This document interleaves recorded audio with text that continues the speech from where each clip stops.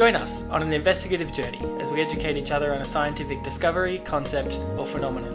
And then we'll take a dive into the complicated and misleading world of pseudoscience to sort the factual from the fabricated. I'm Matt McCabe. And I'm Levi Bateman. And this is IdioFacto.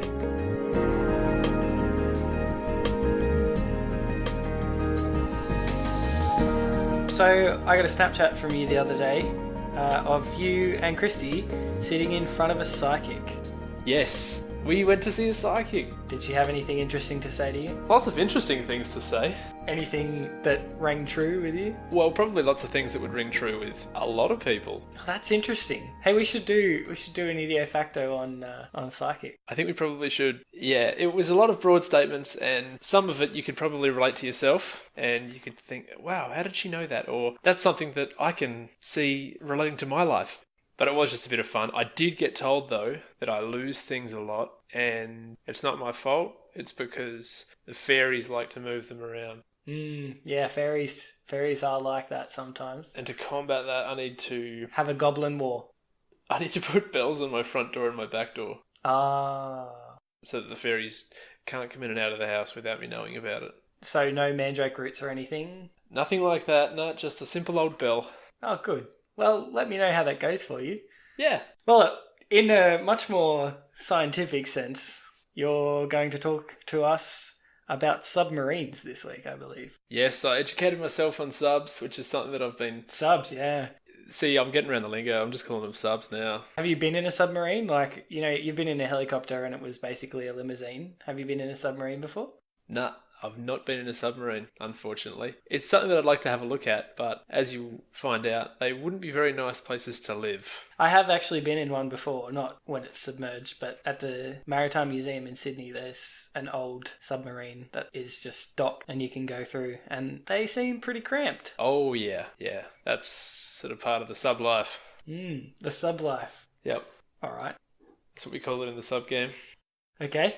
Anyway, so there's a whole lot of history behind submarines, and I could probably spend several episodes and several hours just talking about the conception of the submarine and submarines through the ages. Probably don't, though. That would be quite a boring lot of episodes, I think. Yeah, it would be probably interesting to some people, but I'm just going to spend a few minutes now talking about the first submarine to start off with, which I think is a good place to start. When do you think the first submarine was around? I was just thinking that. I was hoping that you would tell me before I had to guess. But you've got to guess. Early, I reckon. Oh, good guess.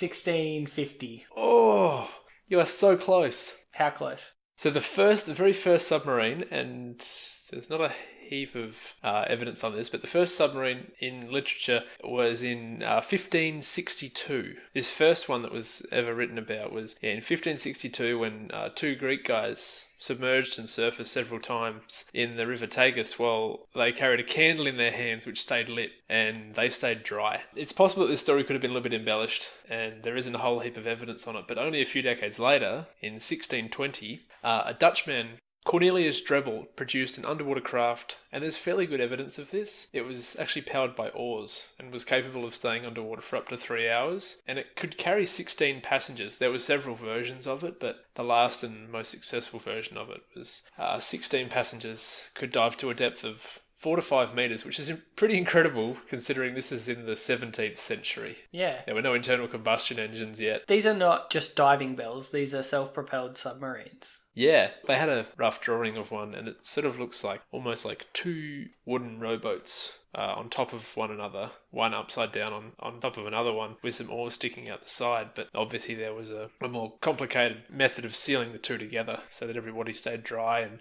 who knows how they worked. I don't. We'll fast forward a few centuries past all of the single person and even the larger scale military human-powered submarines. We'll fast forward past the late 19th century air-powered submarines and right through the world wars, and we're going to be focusing mainly on the modern day submarine. And like I said, there's so much submarine history, mainly in military applications, and it really would take forever to go through.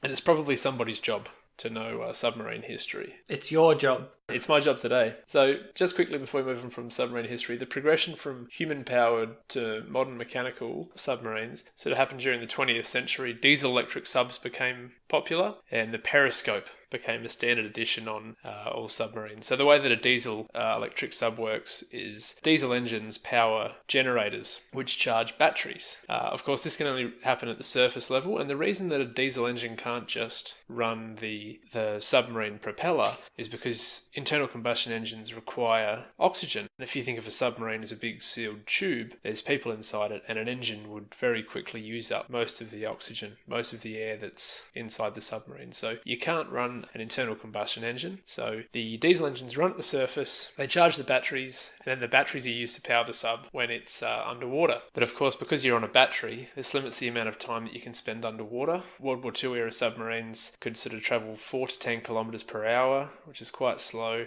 Modern diesel electric subs can travel a little bit faster than that and can sort of stay underwater for about 36 to 48 hours, which is still not all that long when you're trying to sort of stay stealthy. No, but one of the major problems we have faced over, well, especially the last 100 years, say, using electricity is storage. And our battery technology has only recently become a viable option for energy storage. And even then, it's not the most efficient. So I'm not really surprised that we have trouble with diesel electric subs. I think there's also nuclear subs. Is that right? Yeah, that's right. So we'll get into that's the other option. So the Australian Navy actually uses these diesel electric submarines because we sort of don't have a nuclear industry in Australia that's up and running like some other countries might. It's pronounced nuclear.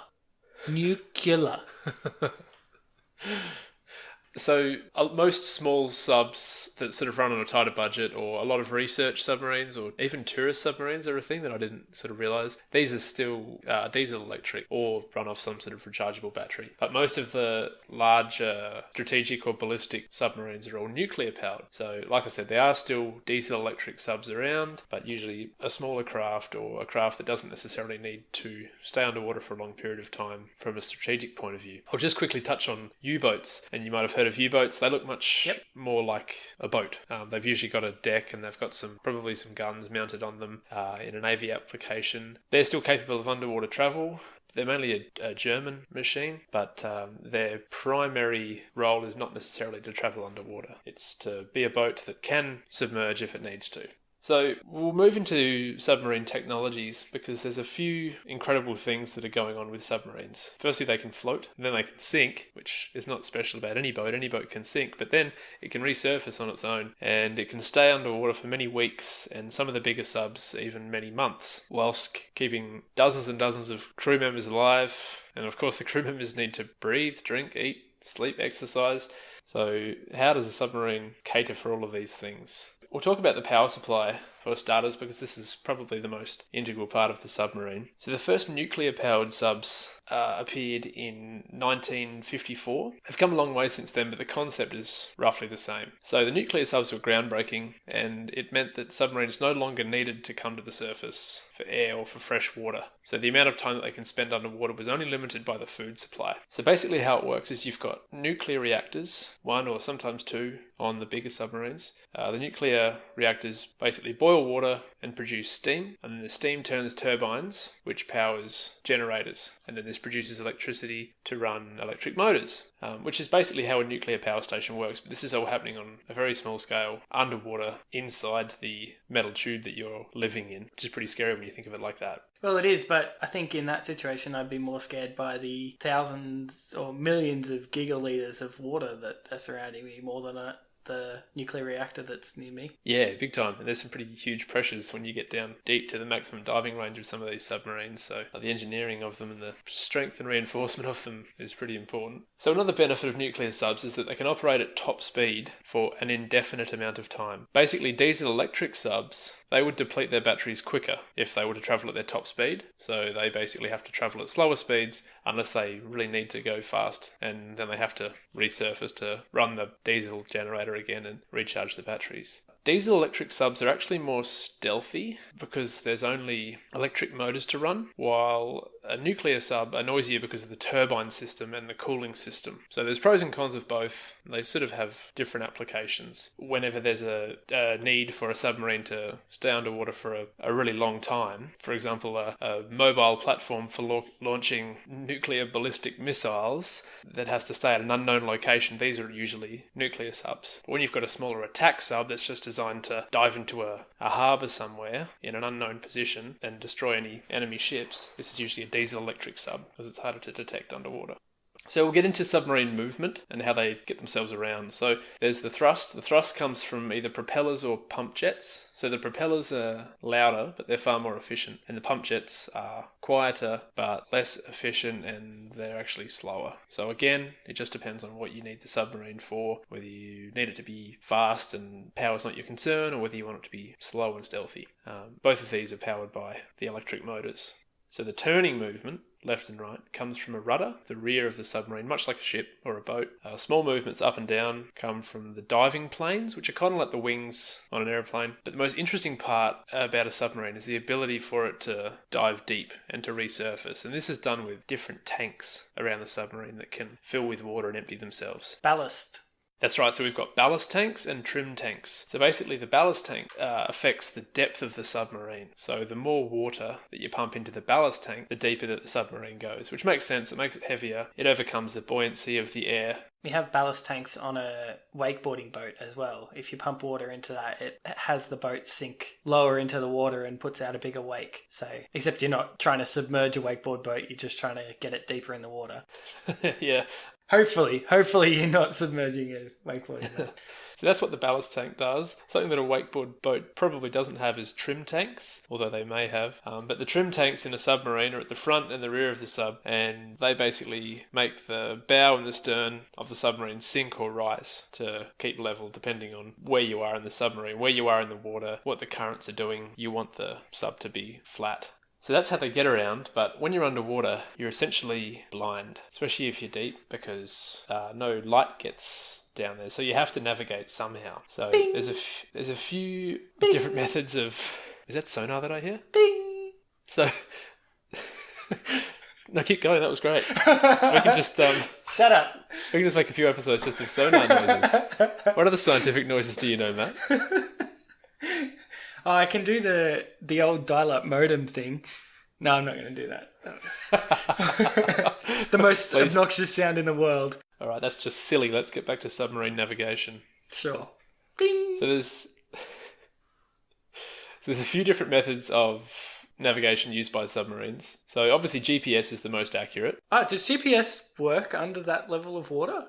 No, so it only works when the submarine's on the surface. But it is used. So submarines don't generally travel on the surface all that much. They're much more efficient when they're underwater. Just the shape of the submarine. They don't travel all that efficiently on the surface, and they work much better when they're totally submerged. Shaped more like a bullet than it is a boat. Yeah, that's exactly right. And there's probably a lot of physics that goes into the shape of a submarine and why it works. But I sort of didn't look all that much into that. There's a lot more aspects of the submarine that I thought might be interesting to talk about. So, of course, submarines do use GPS, but as soon as they dive underwater, they can't use the GPS anymore. So one way that they can sort of get around is by using what's called the dead reckoning course information. So this uses basically the ship's speed, a gyro compass, and different ocean currents that you can predict and measure, and this kind of maps where the submarine should be. Wow. This is used in conjunction with what's called the SINS, which is the ship's inertial navigation system, and this is incredible. This is an electric-mechanical system, and it consists of gyroscopes and accelerometers, and basically it takes the last known GPS point, which is highly accurate within a few meters, and then once the submarine goes underwater, it uses the ship's acceleration, deceleration, pitch, and roll to determine where the submarine is in the world. So it's actually quite accurate for about 140 hours, which is pretty incredible. That it can be that accurate. When you think about that, that's about 5 days. But then you can, if you, the longer that you stay under, of course, the less accurate it becomes. But it is used very widely in pretty much every submarine. And then, of course, you've got sonar. Bing! which is used to detect enemy ships, or if you're really, really low and close to the ocean floor, you can use it to sort of map the bathymetry. There's a word that you can use, which is basically the shape of the bottom of the ocean. Like that one. Shape of the bathysphere. Well, yeah, that's 2 words that we've learnt today. Yeah. Just for reference, bathy comes from the Greek meaning deep or depth. Deep sphere. Well, there you go. That makes sense. Sorry. No, I that's thought good. That was interesting. I love a bit of etymology. The only thing about sonar is that it actually gives away, because it's noise, it actually gives away the submarine's position. So you probably don't want to use this if you're kind of trying to remain undetected, coasting 50 or 60 metres under an enemy fleet. Submarine communication is also fairly interesting. So submarines, when they're at the surface, they can use all types of communication. You can get on the internet, obviously. You can use satellite internet. You can make a telephone call with a satellite phone. So how come, if you can get satellite signal, how come you can't use GPS? Because that doesn't penetrate through the water. There's not very many radio frequencies that actually penetrate water. So they can only do this when they're at the surface. Oh, okay. So you can't use satellite anything when you're under the water. That's right. So as soon as you dive under, right. I must not have said that. As soon as you dive underwater... I don't know. Maybe I wasn't listening. All of these. Probably not. What am I covering this week?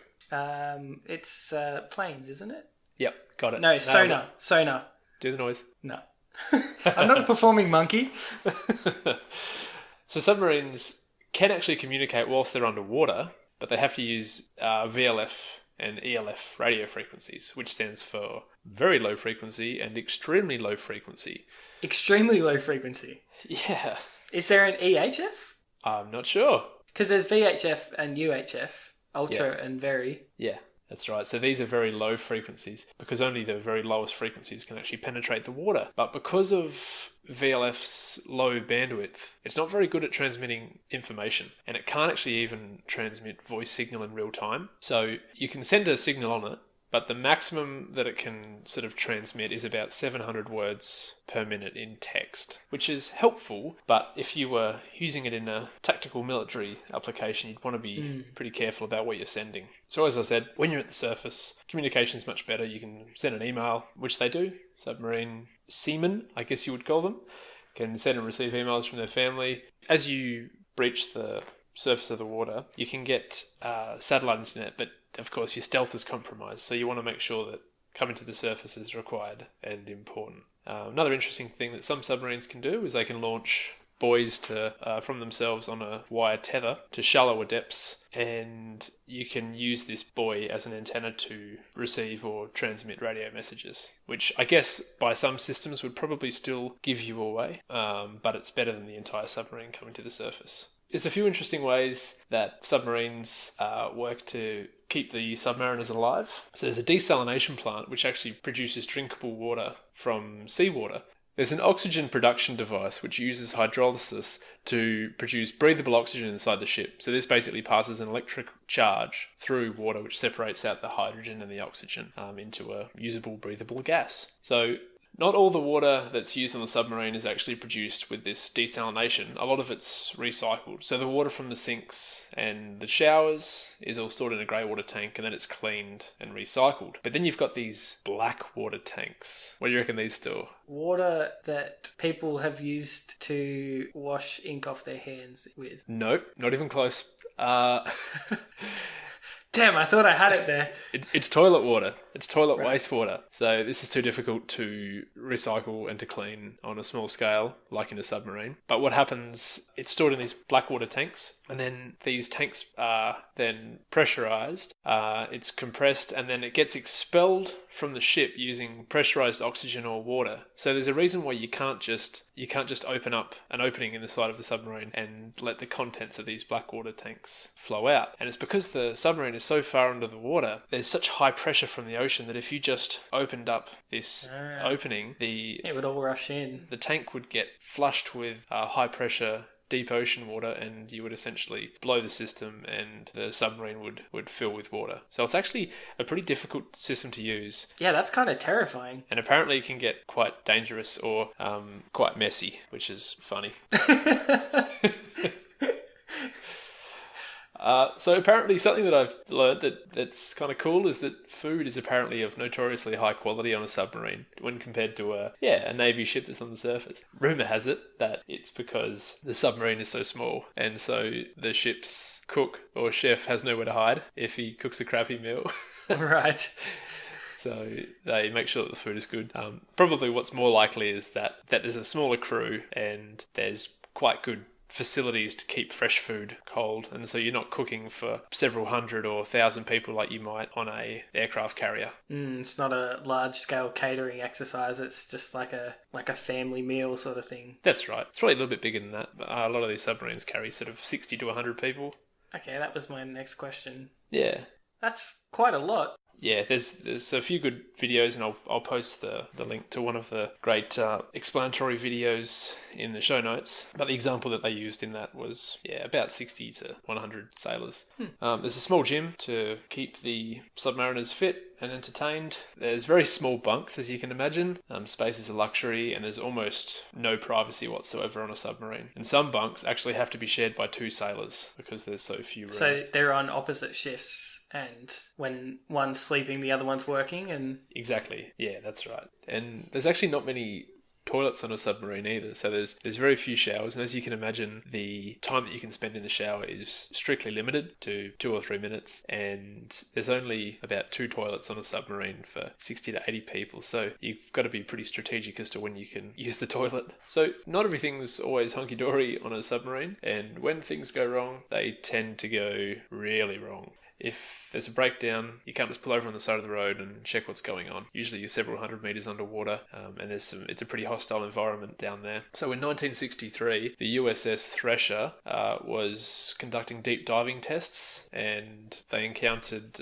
problems, and 129 submariners lost their lives. And this is the highest submarine death toll on record. Submarine rescues can be pretty interesting. There's actually certain submarines that are dedicated as rescue submarines. So they go and rescue other submarines in distress? That's right, or ships that have sunk and are underwater with crew that are trapped but still alive. Wow. So what do they, send a tube out? Yeah, I think the concept is they can either sort of send some sort of docking portal out, or they will cut a hole in the section of the ship and sort of insert themselves into the affected area. Something that I did learn about, and this is a submarine rescue device, something that's called Submarine Escape Immersion Equipment, and it's kind of scary when you think about when you would have to use it. They're basically a suit that you put on. It's got a great big helmet on it, and it's got a bit of insulation in it, and it can actually be used to a depth of 183 metres or 600 feet. And essentially, if submariners were trapped inside a submarine and it couldn't surface, they would have to put this suit on and get into some sort of, like an airlock, but a water lock, I suppose, equalise the pressure, and then pull a cord, essentially, and the suit fills with air, becomes buoyant, and they shoot up towards the surface. But that's pretty scary when you consider that they can be used to a depth of 183 metres, and the pressure that's down that deep. It takes the suit about a minute at this depth to get to the surface. They travel about 2 to 3 metres per second. So it's certainly not something that you'd want to have to use. Submariners train for this situation, but it's definitely not something that you'd ever want to have to put into practice. I mean, it's kind of like a life jacket on an aeroplane, isn't it? Yeah. I mean, it might help you in very specific circumstances, but it's probably realistically not going to do you much good. Exactly, yeah. You want to try and find all possible solutions before you get the escape immersion equipment on. So to finish, I've got a couple of fun facts, or not so fun facts. Only in the last 2 decades, female members of the Navy were actually allowed on submarines. What? And this is a strange one. It was believed or claimed that women were more affected by increased levels of carbon dioxide than men. Hey? So, of course, there were several studies done on this, and it was found to be a non-issue. Yeah. Why did we ever think it was? I've no idea. Who knows if that was just a claim and there was a ulterior motive behind not letting women onto submarines. British Navy in the 17 and 1800s used to think it was bad luck to have a woman on board a naval ship. Maybe it's just a carryover from that. It could be, but this is really recent.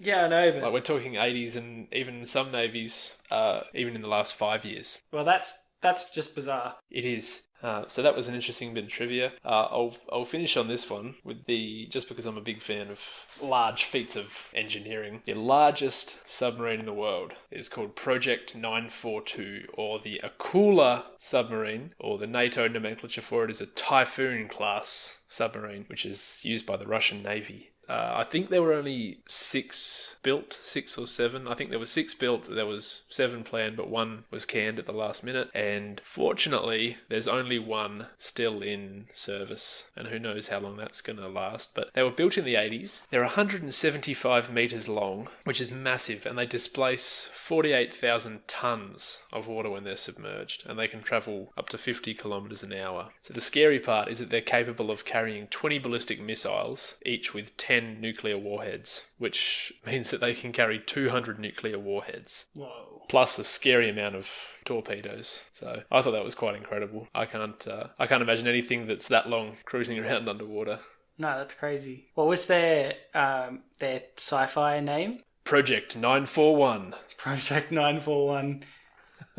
And it was Akula? Akula, yeah. I don't know, that sounds pretty good, but I reckon you could make a cooler one.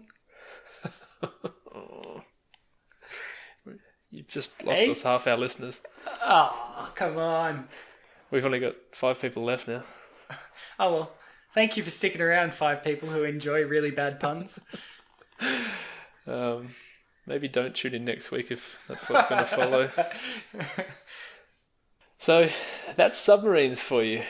We got pretty deep with this one. Wow. Okay, well, the last 5 have gone now. Just us, I guess. We can talk about whatever we want. Okay. Well, let's talk about acupuncture. What a segue. How good is that?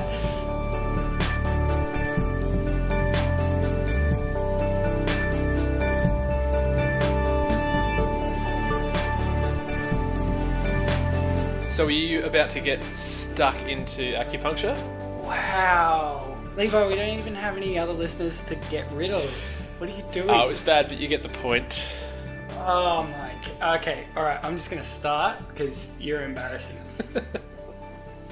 Acupuncture is the insertion of very thin needles through the skin at very specific locations around the body. Do you know anything about acupuncture? I know what acupuncture looks like, I suppose, and... I mean, the classic image is just a whole bunch of little tiny thin needles sticking out of somebody's back. Yeah, usually on the back, yeah. Well, it's an essential part of traditional Chinese medicine and has been practiced for thousands of years. And many proponents of acupuncture point to the long history of acupuncture as being indicative of how effective it is.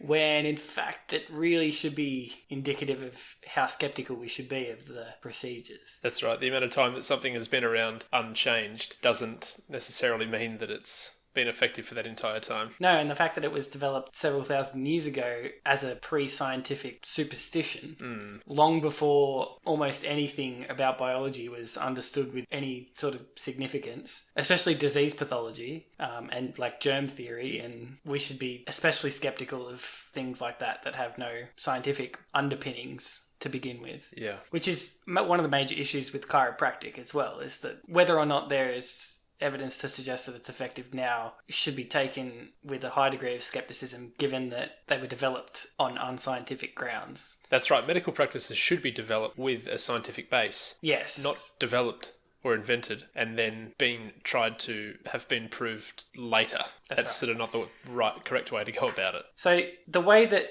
acupuncture works is it's based on the philosophy of qi, much like Reiki. Ooh, our friend Qi. And also Qi has similarities to chiropractic's innate that we talked about a couple of weeks ago. All right. So you can see why there's a bit of a crossover between chiropractic and acupuncture. Is there? I just know that it's a service that many chiropractors offer as part of their treatment program. There you go. So this Qi, as we've discussed before, flows through the body through certain channels, and those channels are called meridians in traditional Chinese medicine. Like lines of meridian on the earth? Well, like that, but in the body. Yeah. So it's just channels, basically, particular channels that intersect around the body, and the needles are placed at the intersections between meridians. So there are several diagrams that you can look at that show where the meridians cross, and of no real scientific basis at all. So is the meridian supposedly a physiological part of the body? Like if you dissected a human cadaver, could you find a meridian? Or is it an energy pathway that cannot be seen? No, it's just an energy pathway. It can't be seen or detected. Mm-hmm. Go on. Much like the meridians can't be seen or detected, this chi, innate, life energy, whatever you want to call it, has never been detected by any scientific instruments of any kind, by any kind of testing, anywhere, ever. Maybe that just means science isn't good enough at detecting the chi yet. Well, that's the thing, is that that's another argument where you're trying to prove a negative. Exactly. You can't prove a negative. As we've discussed, you'll see that has been a common theme so far throughout IdioFacto, is many pseudosciences claim that we can't prove that it's not effective. And trying to prove a negative is impossible. You can say anything. I can say, have you heard of the flying spaghetti monster? Yes, I have. So it's a fake religion whereby the creator said that the world was created by a spaghetti monster that lives in the sky. And the whole point is that you can't prove that it wasn't. They call themselves pastafarians. Yes, they say that they're touched by his noodly appendage. It's quite funny, but it illustrates the idea that you can't prove a negative. You can't say that there definitely is not a flying spaghetti monster that created everything, and by the same logic, you can't prove that there isn't a life energy called chi that flows through everything and everybody. However, the law of conservation of energy in physics has mathematically proved that energy can't be created or destroyed, and we're able to account for all of the energy in a closed system with measurement. So energy, as a physicist would explain it, is potential or kinetic or sound or heat. Gravitational, chemical. And in any closed system, there's a fixed amount of energy, which is just converted into various different types of energy. Right. And that can all be accounted for mathematically, and that's what we call the law of conservation of energy. Like I said, the argument is that you can't possibly test for these special types of life energy, and you can't prove a negative. However, even through psychological and clinical studies, we've never been able to provide any evidence whatsoever for a non-specific, non-detectable energy of any kind.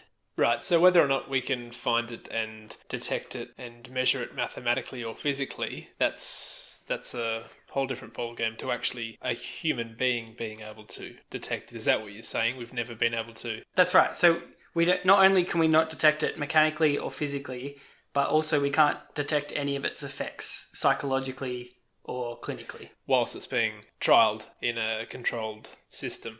Correct. Right. So if you if you discount the fact that there's likely no such thing as chi, there's no plausible mechanism for acupuncture to work. Okay.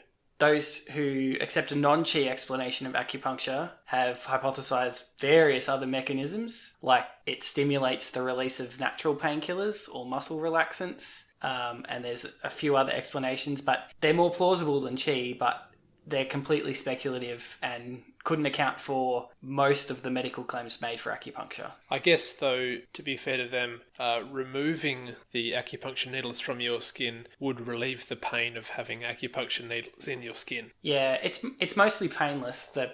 It feels more like a pressure than it does a pain. Right.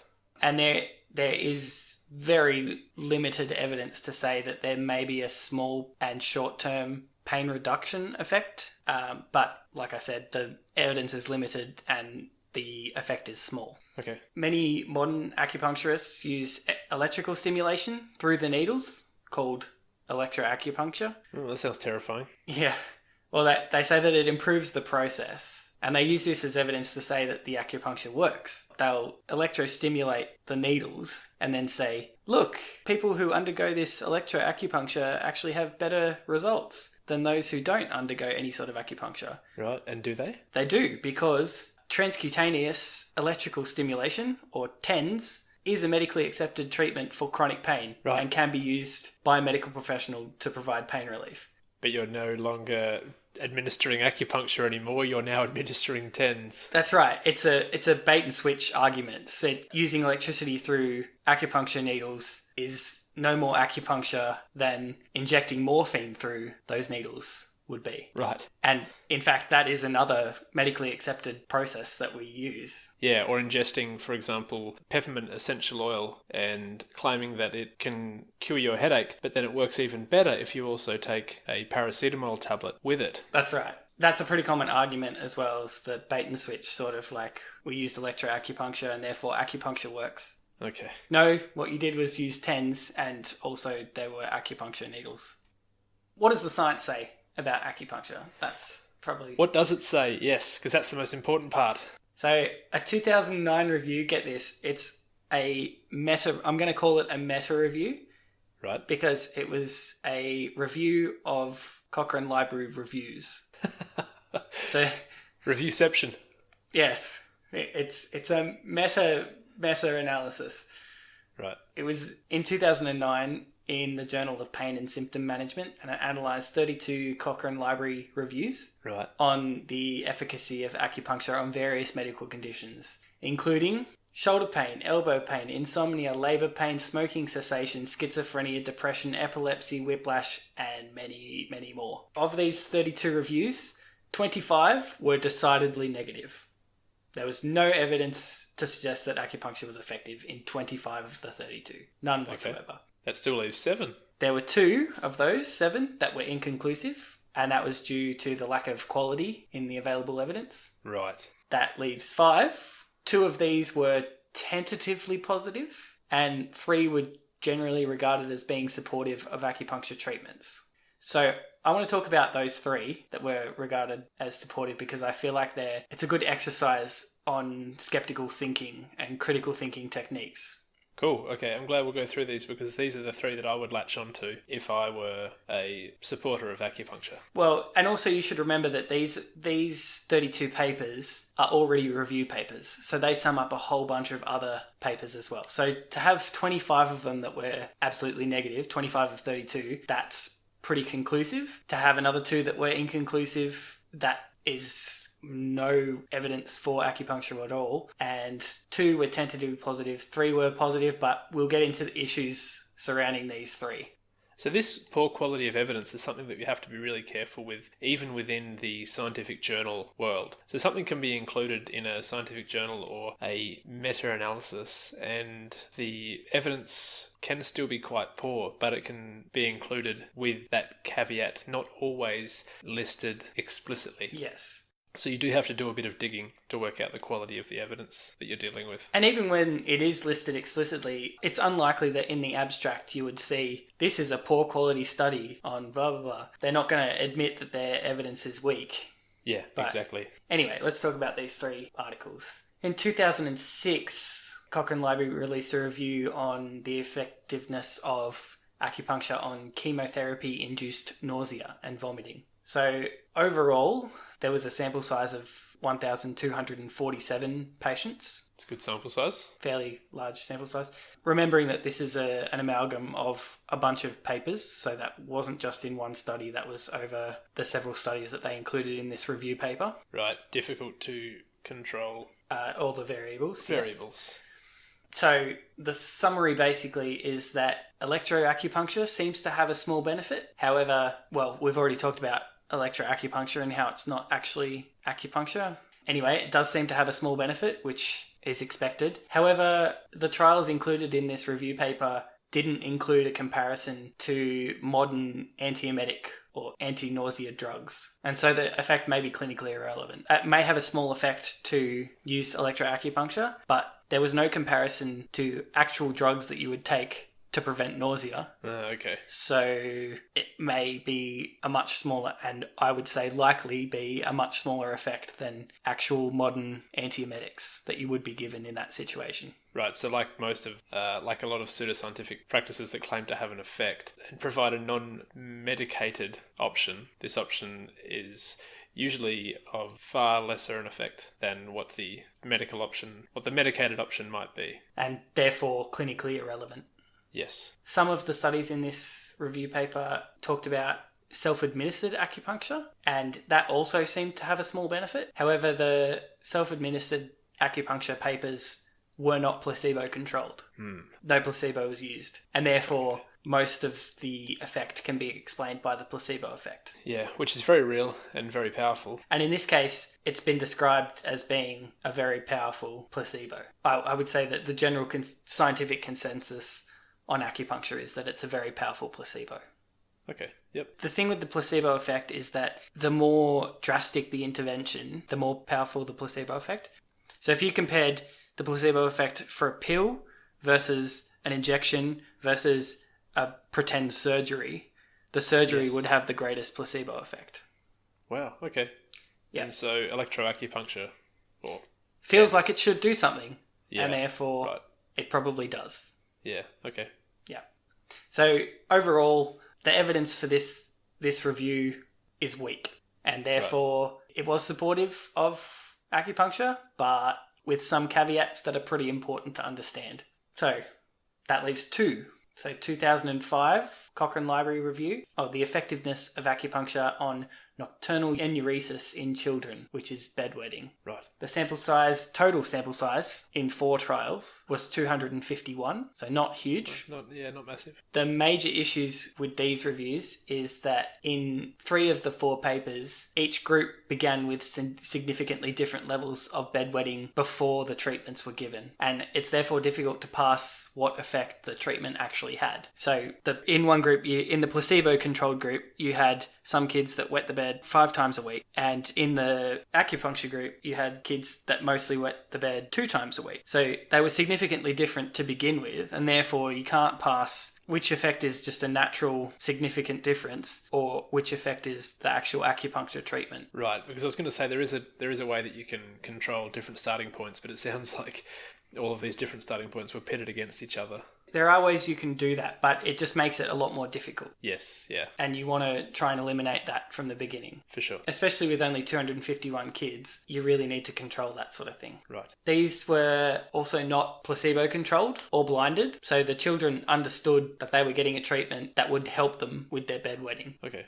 And being children, they obviously don't have as skeptical a brain as you or I, and bedwetting is a large part psychological anyway. So if they expected that this treatment was going to help them, then it would likely help them. Chances are subconsciously something is going to wake them up in the act. It's a bit like setting your alarm for 6:30 and waking up at 6:29. That's right. You could easily disregard the placebo effect in this case if you used a placebo as well alongside the acupuncture. Yes, that's right. But they didn't. So I would then classify that as fairly weak evidence as well. Yeah. And I'm surprised that the Cochrane Library didn't. But anyway, I would say that dismisses 2 of the 3 supportive papers. I would say so. The third one was a 2000 Cochrane Library review of the effectiveness of acupuncture for idiopathic headache. So I'm partly excited by this because it uses the word idiopathic, which we talked about in our 2nd or 3rd episode. Yeah.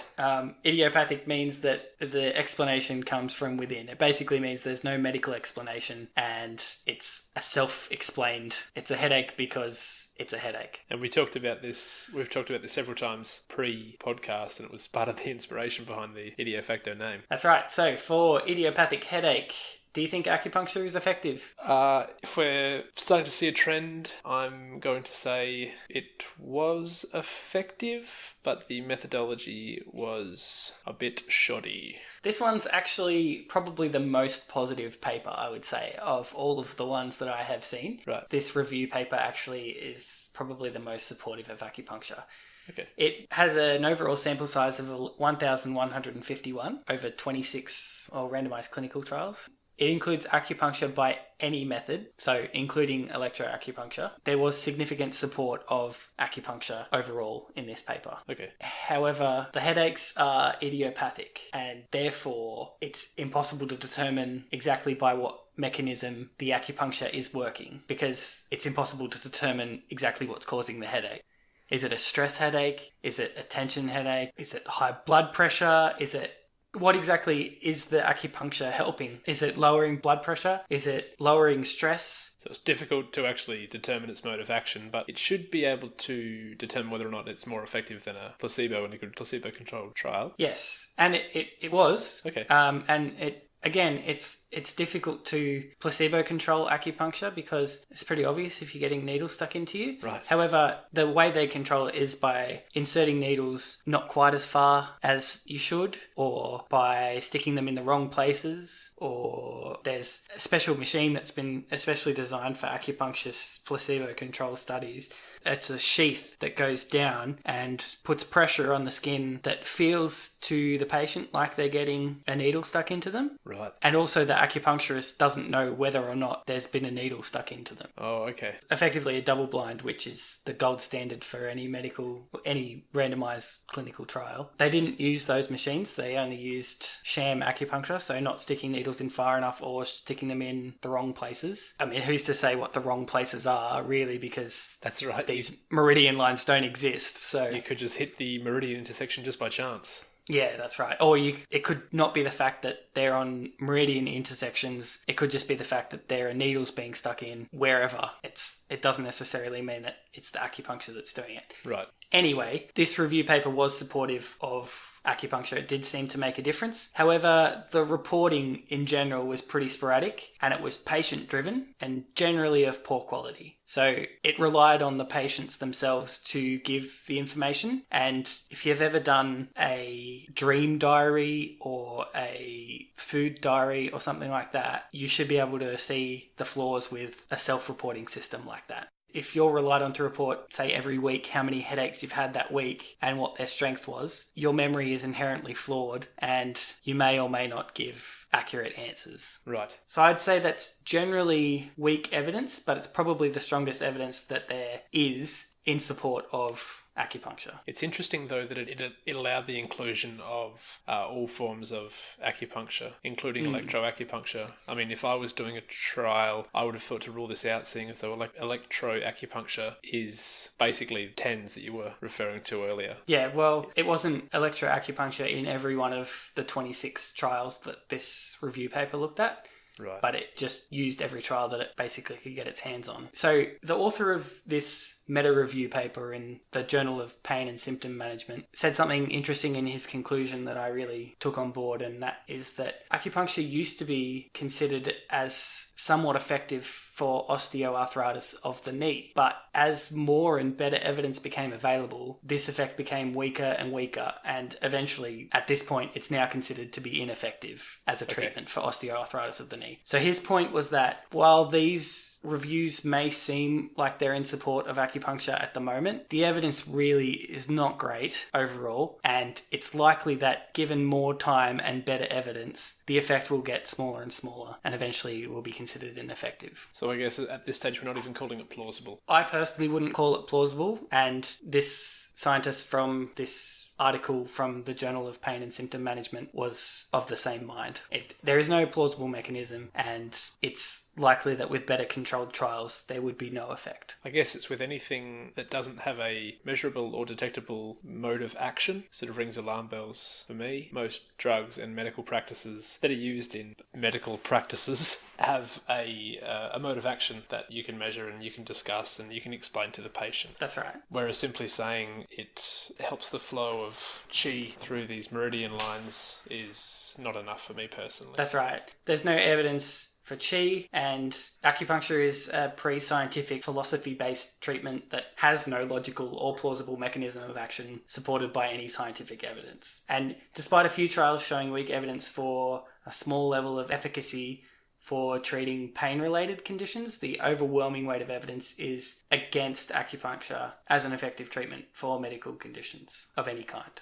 Most of the positive results are a clear indicator of the placebo effect, and any similar but clinically relevant treatment, as in morphine injection by hollow needle or TENS, can be given by a medical professional and don't require an acupuncturist. The pattern overall is pretty clear to me. The more tightly controlled the trial, the smaller the effect, and that's how I expect this to continue. Yeah, that's just shows good scientific method, I guess. Controlling the variables, controlling the placebo effect, which I guess in some cases can work for us, as with an idiopathic headache, but it can also work against us when we're trying to determine the efficacy of an ancient Chinese medical practice. Mm-hmm. So you're going to go out and get some acupuncture done then for your idiopathic headaches? I have always been terrified of the idea of lying on a table and having hundreds of needles stuck into my back. Really? I don't know how many it is. I think that's why it's effective. I couldn't actually tell you how many it is, but I think that's why it's effective, because it seems pretty drastic. Right, yeah, well, you're right. As you were discussing, the more drastic the practice, the more effective the placebo effect. But would you not, even if it was the placebo effect at work, that it's possibly still worth doing if it works? I would just take a Panadol. Right, so there's many proven methods that are far more effective. Yeah, if I couldn't take Panadol, I'd take Nurofen, and if I couldn't take Nurofen, I'd take aspirin. Or if I couldn't do any of those things, I might go to a doctor and say, I can't take any of these painkillers. Can you give me transcutaneous electrical stimulation?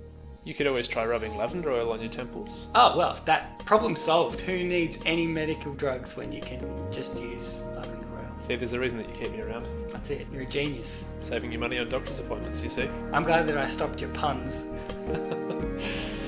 Were you having one last jab at me there?